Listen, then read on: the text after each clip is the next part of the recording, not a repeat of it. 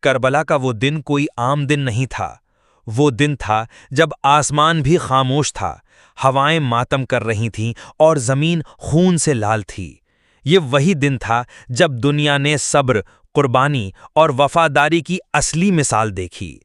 10 محرم 61 ہجری کو امام حسین علیہ السلام کو کربلا کے میدان میں شہید کر دیا گیا۔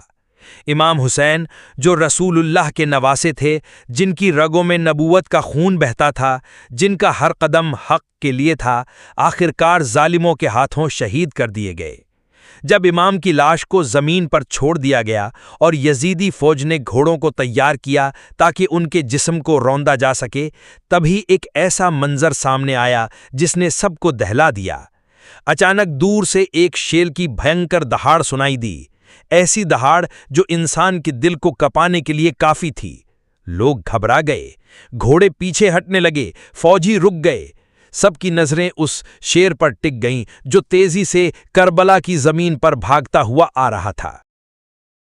وہ شیر سیدھا امام حسین کی لاش مبارک کے پاس پہنچا۔ وہ وہیں بیٹھ گیا جیسے کوئی سپاہی اپنے کمانڈر کی حفاظت کر رہا ہو۔ اس کے چہرے پر رعب اور آنکھوں میں آنسو تھے۔ وہ اپنے پنجوں سے زمین کریدتا، کبھی دہاڑ مارتا اور کبھی امام کی لاش سے لپٹ کر سبک سبک کر رونے لگتا۔ یہ کوئی عام شیر نہیں تھا، یہ وہی شیر تھا جسے سالوں پہلے حضرت علی علیہ السلام نے مسجد میں دیکھا تھا۔ ایک بار حضرت علی مسجد میں بیٹھے لوگوں کو علم کی باتیں سمجھا رہے تھے۔ تبھی کچھ لوگ ڈرتے ہوئے آئے اور بولے، یا علی، ایک بہت بڑا شیر ہماری طرف آ رہا ہے۔ مولا علی مسکرائے اور بولے، اسے آنے دو، وہ ہمارا محبوب ہے۔ تھوڑی ہی دیر میں ایک شیر مسجد میں داخل ہوا۔ وہ لوگوں کو چیرتا ہوا سیدھا مولا علی کے پاس گیا، سر جھکایا جیسے سلام کر رہا ہو۔ مولا نے اس کا سر سہلایا اور کہا، تو ہمارے بیٹے حسین کی حفاظت کرے گا، جب وقت آئے گا تو اپنی وفاداری ثابت کرے گا۔ اس دن مولا علی نے اس کا نام رکھا عبد الحریث۔ وہ شیر پھر کبھی نظر نہیں آیا، لیکن آج جب امام حسین کی لاش میدان کربلا میں بے سہارا پڑی تھی، وہی شیر واپس آیا، جیسے اپنا وعدہ نبھانے۔ اس نے کسی کو امام کی لاش کے پاس آنے نہیں دیا۔ یزیدی فوج جتنی بار نزدیک آنے کی کوشش کرتی، وہ دہاڑتا اور سب پیچھے ہٹ جاتے۔ گھوڑے ہنہنانے لگتے، سپاہی کانپنے لگتے اور ظلم کی طاقتیں خود بخود رک جاتی۔ عبد الحریث وہیں بیٹھا رہا۔ دن بیت گئے، راتیں گزر گئیں، لیکن وہ ہٹا نہیں۔ نہ کچھ کھایا نہ پیا، بس امام کی لاش کی حفاظت کرتا رہا۔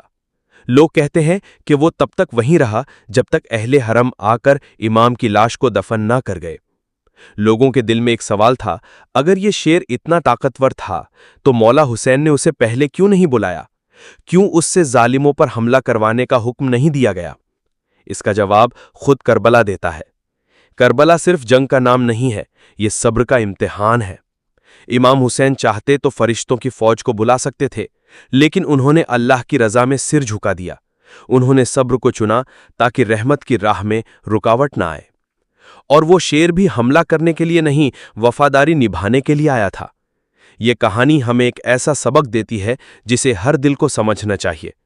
وفاداری صرف انسانوں میں نہیں ہوتی، بلکہ جانور بھی حق کو پہچانتے ہیں۔ عبد الحریث کوئی عام شیر نہیں تھا، وہ وفا کی مثال تھا۔ اس کی ہر دہاڑ حسینیت کا پیغام تھی، اس کی ہر سانس امام کی محبت میں تھی۔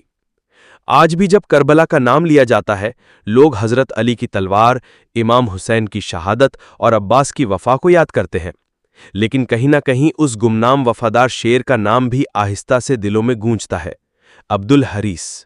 وہ شیر جس نے دکھایا کہ مولا کے لیے جان دینا کیا ہوتا